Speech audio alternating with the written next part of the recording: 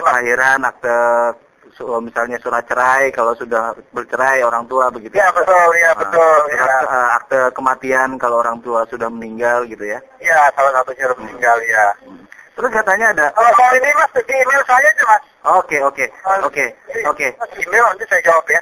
Oke. Lagi Pak Okto selanjutnya. Mengenai undang-undang ini ada rencana nggak barangkali KJRI SF membuka line khusus gitu pendaftaran via online, dalam arti ini untuk mengantisipasi membludaknya pendaftaran saat menjelang akhir batas pendaftaran. Kalau saya sih nggak online ya, tapi saya lebih cenderung dalam waktu dekat saya akan kirim informasi ke sentra-sentra melalui mailing list teman-teman. Saya juga nanti minta tolong dari Kabari lah untuk bisa infokan, kan banyak juga pembaca pakai melalui Kabari. Ada satu pertanyaan yang menarik dari pembaca Kabari, Pak. Nah, mengenai ketika anak yang sudah yang kemudian tidak mendaftar karena satu kealpaan misalnya tidak didaftarkan pada sampai 1 Agustus 2010. Nah, kemudian dia kan bisa mengajukan pendaftaran kewarganegaraan sesuai undang-undang tersebut. Tetap bisa melakukan, tapi langsung ditujukan kepada Menteri Hukum dan HAM di Indonesia. Gitu.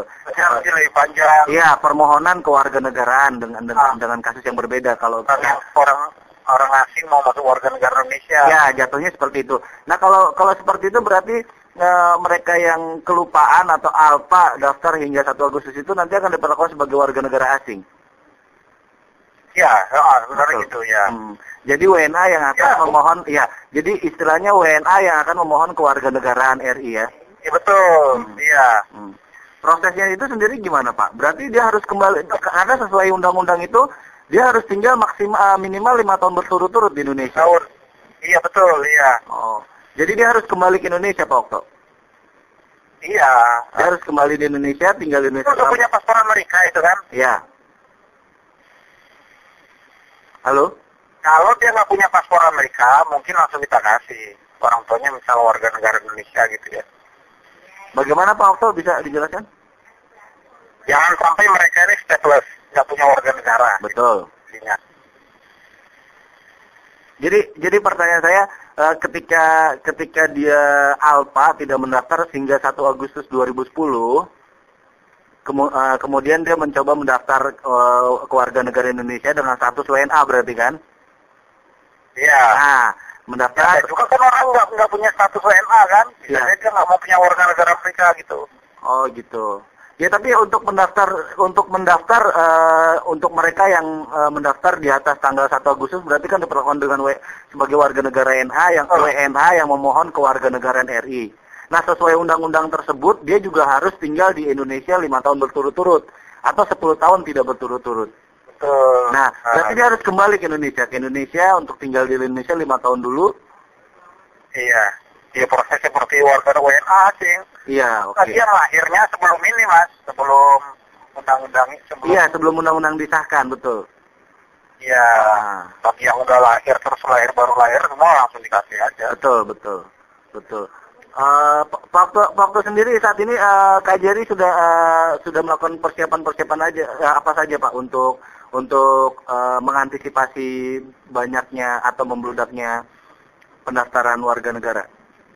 Saya kira kita udah berapa lama ya, udah banyak ya. Mungkin tinggal sisa-sisa aja ini saya kira ya. Sisa beberapa orang yang belum dapat informasi. Kadang-kadang saya kasih tahu juga mereka juga. Ya ogah-ogahan enggak gitu. Ya. Kadang-kadang teman-teman kan memang mau konsentrasi mau tinggal di sini udah senang di Amerika gitu ya. Banyak dari mereka gitu. Tapi ada sebagian nanti mau balik ke Indonesia lagi kan gitu kan. Malah sebagian ada yang memang kalau bisa lahir di Amerika kan gitu kan. Langsung mendapatkan kewarganegaraan itu ya. Amerika ya. Nah, oke. Tapi saya akan segera itu ya. Makanya salah satunya melalui media lah. Bisa minta tolong untuk bisa sebarkan informasi ini. Karena memang sebenarnya prosesnya nggak usah. Ya. Berapa bulan sih Pak prosesnya setelah kita mendaftar kira-kira sampai mendapatkan keputusan? Sebulan udah bisa langsung kalau lengkap. udah langsung bisa selesai itu. Cuma kadang-kadang orang teman-teman kan dia perlu ada materi Indonesia itu yang 6.000 itu ya. Di Amerika ini kan mesti hubungin keluarganya lagi. Kita nggak siapin lah itu. Kenapa Pak nggak siapin Pak? Ya kita ada sebagian sih.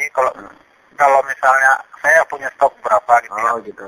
Karena kalau kita siapin, nanti orang beli, nanti kita dianggap jualan lagi di sini kan. Iya Pak, betul. Saya nggak mau tuh. Nanti kita kasih harganya $1. Wah, ini ambil 4.000 nih katanya. Kali 10.000 katanya udah 4.000. Saya kita nggak mau ini ya. Tapi saya kalau memang dia ada kesulitan benar, sedang punya, saya kasih aja gitu. Oh gitu. Tapi kalau untuk jualan nggak mau saya jualan. Itu aja Mas ya. Oke, Pak.